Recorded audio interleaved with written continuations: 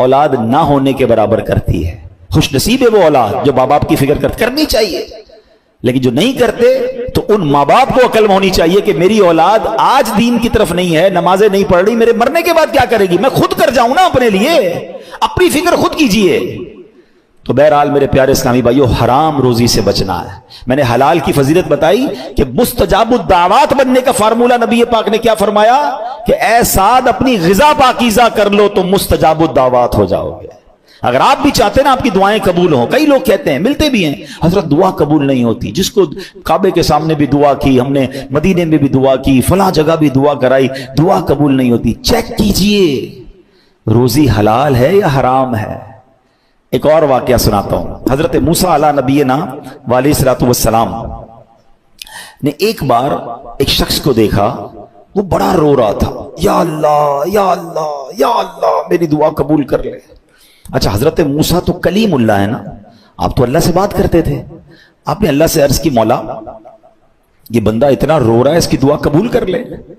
تو اللہ نے فرمایا، اے موسیٰ یہ اتنا روئے کہ روتے روتے مر جائے. اے موسیٰ یہ اتنے ہاتھ اٹھائے کہ اس کے ہاتھ آسمان کو چھو جائیں.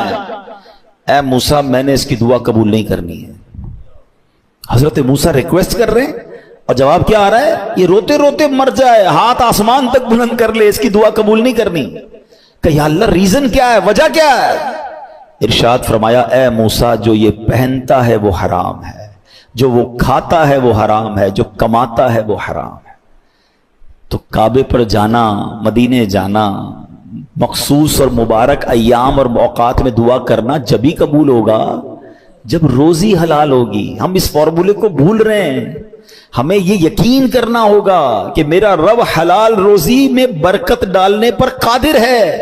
ہمیں یہ اطمینان لانا ہوگا. ہم سمجھتے یار حرام نہیں کماؤں گا تو پیچھے رہ جاؤں گا، سب آگے بڑھ گئے میں پیچھے رہ گیا، میرا بنگلہ کیسے بنے گا؟ ارے بھائی بنگلہ بنا ہوا ہے مگر سکون نہیں ہے، تو کیا کرنا ہے اس بنگلے کا؟ ہم جانتے ہیں اس کروڑ اربوں پتی کو، پیسے بہت ہے، کھانا نہیں کھا سکتے ہیں، ڈاکٹروں نے منع کر دیا ہے، وہ اپنا واش روم نہیں کر سکتے. تو کیا پیسہ ہی سب کچھ ہے؟ آپ کو اللہ نے پیسہ نہیں دیا، صحت دی ہے. خدا کی قسم اب تو دنیا کے بھر کے لوگ کہتے ہیں کہ صحت سے بڑھ کر ویلتھ ہی کوئی نہیں ہے. آپ کا ذہنی سکون، پیس آف مائنڈ، یہ سب سے بڑی دولت ہے. ہم کہتے نہیں پیسہ چاہیے، حرام سے آ جائے، کسی طرح آ جائے. کئی پیسے کمانے، حرام کمانے والوں کو دیکھا رات سوتے نہیں ہیں، ان کو ٹیبلٹ کے بغیر نیند نہیں آتی، ڈپریشن الگ چل رہا ہے ان کا. ارے کیا کرنے ایسے پیسے کو؟ آپ سکون کی نیند سوتے ہو، اس سے اچھی کون سی نعمت ہے؟ ہم نے اپنی زندگی کے فارمولے الگ بنا لیے. ہماری نظر میں ویلتھ اور ہے. اب تو یہ تو حدیثوں سے ہم نے سیکھا نا. اب تو یہ موٹیویشنل اسپیکر کہہ لیں یا جناب بڑے بڑے جس کو ریسرچ کرنے والے کہتے ہیں ویلتھ ہے ہی 5 قسم کی. صرف پیسہ ویلتھ ہے ہی نہیں. صحت ویلتھ ہے، پیس آف مائنڈ ہے ویلتھ ہے، آپ کی اچھی فیملی آپ کا ویلتھ ہے، ریلیشن شپ آپ کا ویلتھ ہے. آپ کے ساتھ دوست ہی کوئی نہیں ہے، آپ چھپتے پھر رہے حرام کما کر، آپ پولیس آپ کو الگ ڈھونڈ رہی ہے، ٹیکس والے الگ ڈھونڈ رہے ہیں، آپ الگ ٹینشن میں ہیں. کس کام کا یہ پیسہ؟ میں اپنے بچوں کے ساتھ ہوں، اپنی فیملی کے ساتھ ہوں. کئی اربوں پتی لوگ ہیں جو اپنے وطن میں نہیں آ سکتے، اپنے محلے میں نہیں جا سکتے، اپنے آفس پہ نہیں بیٹھ سکتے. کیا کرنا ہے اس پیسے کو؟ ہم نے پتہ نہیں کون سے فارمولے بنا لیے ہیں کہ یار سکون نہیں ہے. سکون اصل میں آپ دور ہیں اس لیے آپ کو پتہ نہیں ہے. جو لوگ کنیکٹڈ ہیں ان سے پوچھیں کہ مالداروں کے غم اور ہیں، غریبوں کے غم اور ہیں. یہ جو بندہ سمجھتا ہے نا یار میں دکھی ہوں باقی سارے سکھی ہیں، ایسا نہیں ہے.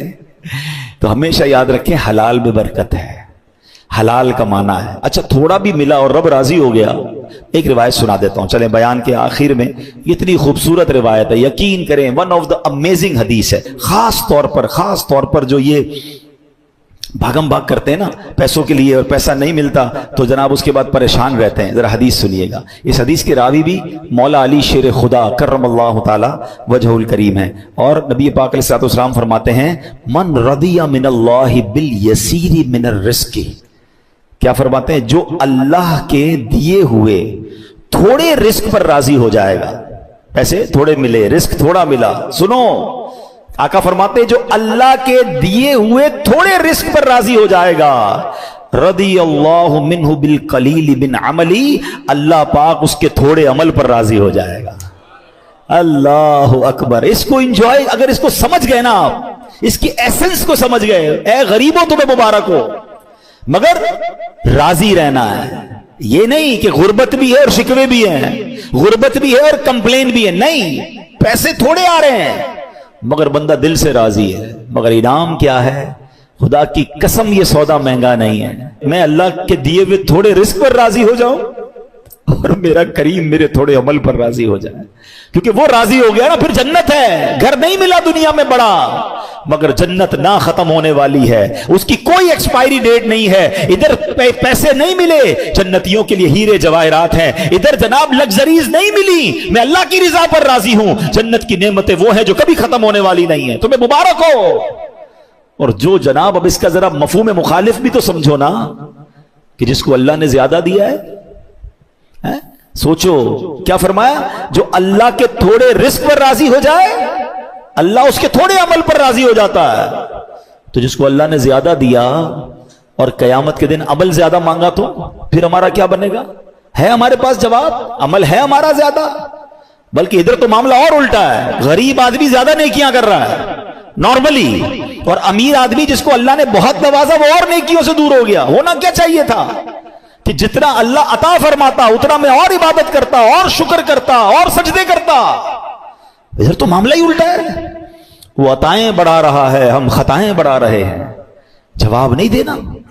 کاش یہ بات سمجھ آ جائے۔ تو آج قرآن پاک کی اس آیت کے تحت ہم نے سمجھنا ہے، تو میں وہ آیت دوبارہ پڑھ دیتا ہوں جو آج ہمارے بیان کا ٹاپک تھی، کہ اللہ کریم نے قرآن میں کیا ارشاد فرمایا، یہ ہمیں سمجھنا ہے اور اس پر عمل کرنا ہے۔ رب کریم فرماتا ہے، یا ایھا الذین آمنوا کلوا من طیبات ما رزقناکم واشکروا للہ ان کنتم ایاہ تعبدون۔ اے ایمان والو، ہماری دی ہوئی ستھری چیزیں کھاؤ اور اللہ کا شکر ادا کرو اگر تم اسی کی عبادت کرتے ہو۔ تو حلال روزی پر بات ہوئی، اور پھر قرآن کہتا ہے شکر بھی ادا کرنا ہے، ناشکری نہیں کرنی ہے۔ اللہ کو ناشکری بہت ناپسند ہے۔ خود قرآن میں رب فرماتا ہے، لَإِن شَكَرْتُمْ لَأَزِيدَنَّكُمْ، تم میرا شکر ادا کرو میں تمہیں اور عطا کروں گا۔ تو اگر آپ چاہتے ہیں کہ اور مل جائے تو شکر ادا کریں۔ ایک بار نبی پاک علیہ الصلوۃ والسلام نے ارشاد فرمایا، قیامت کے دن کہا جائے گا حمد کرنے والے کھڑے ہو جائیں، لوگوں کا ایک گروہ کھڑا ہو جائے گا،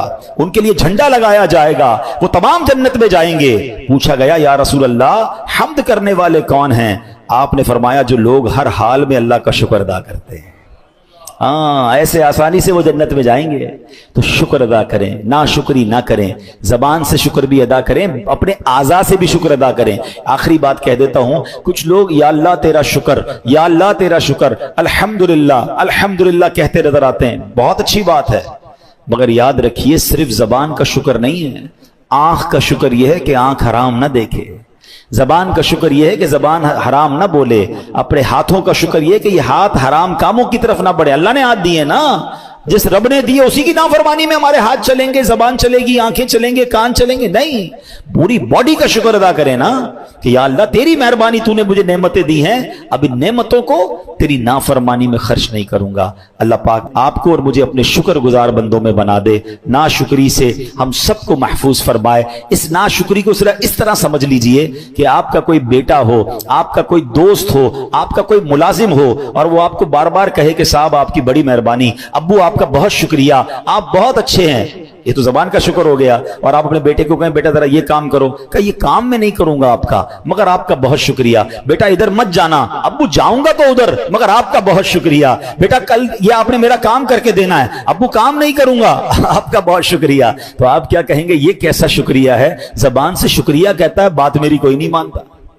تو ہم اللہ کی بات مان رہے ہیں، شریعت کی بات مان رہے ہیں کہ نہیں مان رہے؟ شکر زبان سے کہہ رہے ہیں۔ تو مزہ یہ ہے کہ میری زبان بھی شکر کرے، میری باڈی بھی شکر کرے، اللہ کی اطاعت کے ساتھ میں زندگی گزاروں۔